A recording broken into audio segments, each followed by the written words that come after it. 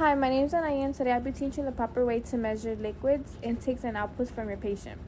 So, first things first, you want to provide hand hygiene. Once you've done the proper hand hygiene, you want to go ahead and provide privacy for your patient. You also want to identify the patient with two identifiers. I have my example here as my patient. So I don't have the correct tools, but I'll be trying to explain it as much as I can verbally. Hopefully you guys can understand me. So basically, I'll be teaching you the proper way to measure any liquid that your patient takes in and also takes out.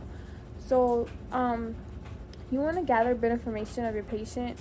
You want to know what way do they use the bathroom. You want to know if they void through any tube, a bagging, or do they use a regular toilet.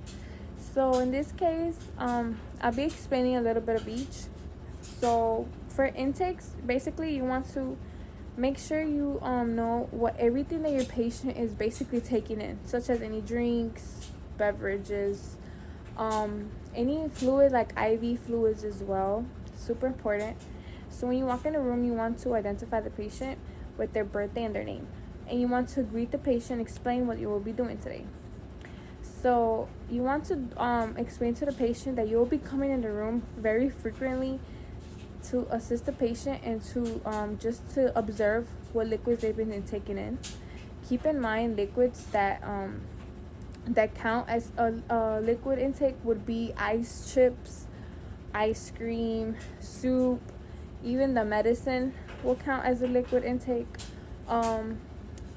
Basically, you have to be very careful and make sure that you count everything that has liquid in it as a liquid, because there's many things people might not think they'll be counted as liquid, like ice cream and all of that, and it counts. So ice chips very important too, the medicine. So I'll give you a brief example on how you should come in the room and explain to your patient with my example here. So usually you should be like, hi, my name's Anai. Today I'll be measuring your intakes and outputs. So you would want to explain to the patient that you will be writing down all their liquid intakes and their outputs. And you would want to go ahead and identify the patient.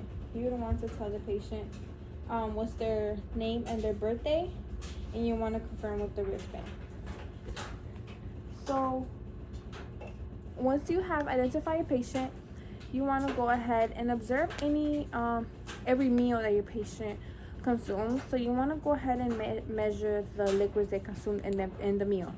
So if your patient drank any water, juice, ice cream, medicine, maybe a soup, any of those things, you'll have to write down. So you would want to go ahead and grab your notebook or anywhere where you take down your notes. You want to make sure you take down the notes as soon as your patient has consumed any fluids. You would want to leave a call light next to your patient as well, so your patient could let you know when they have consumed any fluids, because it's super important for them to be more accurate, for you to do it right at the moment. So in this, you will need a grading cup. In this case, I do not have one, but I'll be doing this as my example. So let's say my patient drank water and the water is like up to here. You would want to measure how many millimeters left are the water. So you want to measure how many millimeters your patient drank. So let's say my patient drank the water, so I would write down in millimeters how many millimeters my patient drank. Then you'll want to go ahead and look at their tray. I've used that as my example of a tray.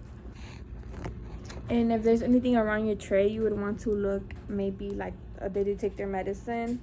You want to write down their medicine, because some medicines are liquid too.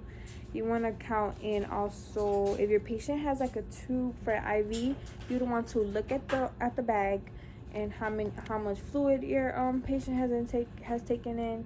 You would also want to measure if your patient has eaten something that might have like fluids in it. Like I said before, soup, ice cream, ice chips are so important to count into. So that's basically it for taking in food intakes. You want to do this frequently and right at the moment that your patient has consumed the liquids, because you want it to be as accurate as possible. Now for outputs, I'll be explaining for outputs. Basically is when your patient voids liquids, or any liquid comes out of them, such as drainage bags, them using the bathroom, also them sweating. It all counts as output, because basically the fluids are coming out of your body. So you will want to explain to your patient, once again, since I don't have a real patient, I'll explain it. You will want to explain to your patient that you will be coming in the room frequently again, and you'll leave the call light next to them, in case they're sweating, or they have incontinence to using the bathroom and they have voided on themselves or anything. Super important for them to let you know at once on the call light, because you want to write down those outputs. Another super important thing is when they use the bathroom, you want to go ahead, and usually in the bathroom they will have they would have, either in the toilet, they will have the bottom of the toilet will have something to measure they're voiding in. So when they use the bathroom, you want to look at the urine. When they're done voiding, you want to go ahead and carefully look at, before you flush out the urine, you want to look at the urine and see how many millimeters of urine have they voided, because it's super important that you write down even the times they voided, how much they voided. So you will want to measure the millimeters of urine they have voided, and then also if they start sweating, you want to keep that in your notes as well. Super important, because that's also counts as output. Another important thing for output is you want to check the drainage bags, and you want to look at the bag, and usually it should have the millimeter lines on there, but if not, you don't want to drain out the bag in a grading cup. A grading cup will be your best friend in this situation, because you will want the grading cup to measure millimeters all of the liquids. So you'll drain out the bag in a measuring cup, and you'll measure how many millimeters. Let's say up here, you'll write down how many millimeters was in a drainage bag. Now, if your patient voids through a bag, through a tube, you don't want to look at the bag and drain out the bag in a grading cup. Once again, you want to make sure you're wearing gloves when you're doing that, because you're coming in contact with urine. Super important to count how many millimeters of urine is in their bag, and you will want to write down as well. Keep in mind, another thing is important to know about outputs is that vomiting is also is an output, because basically it's liquids that come out through your mouth as well. So if your patient vomits, you would want to also write that down, and wherever you write your notes. So this will be where I write all my notes. If my patient has how much they voided today, frequently their drainage bag. I would also write down if they vomited, if they sweated, how much they've been urinating. All of those things are super important to write down for outputs. And that is all for your intakes and outputs. And when you are done, you want to let your patient know where the call light is at, because you would want to know if they come incontinent to any using the bathroom or anything like that. Once you're done, you want to go ahead and provide hand hygiene. Once again, super important to provide hand hygiene. I encourage to wash your hands instead, because you will probably come across urine, because you would be measuring a lot of your patient's urine.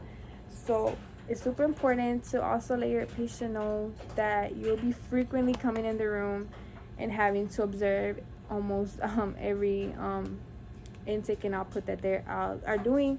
Also, keep in mind to let your nurse know at once if you notice that your patient if your patient has lost weight in a significant amount. Super important that you also weight your patient every day to notice any weight changes. If there's a dramatic weight change, then you have to tell your nurse at once. Let them know if your patient is sweating, vomiting, things like that. Super important. Well, that's it. Thank you.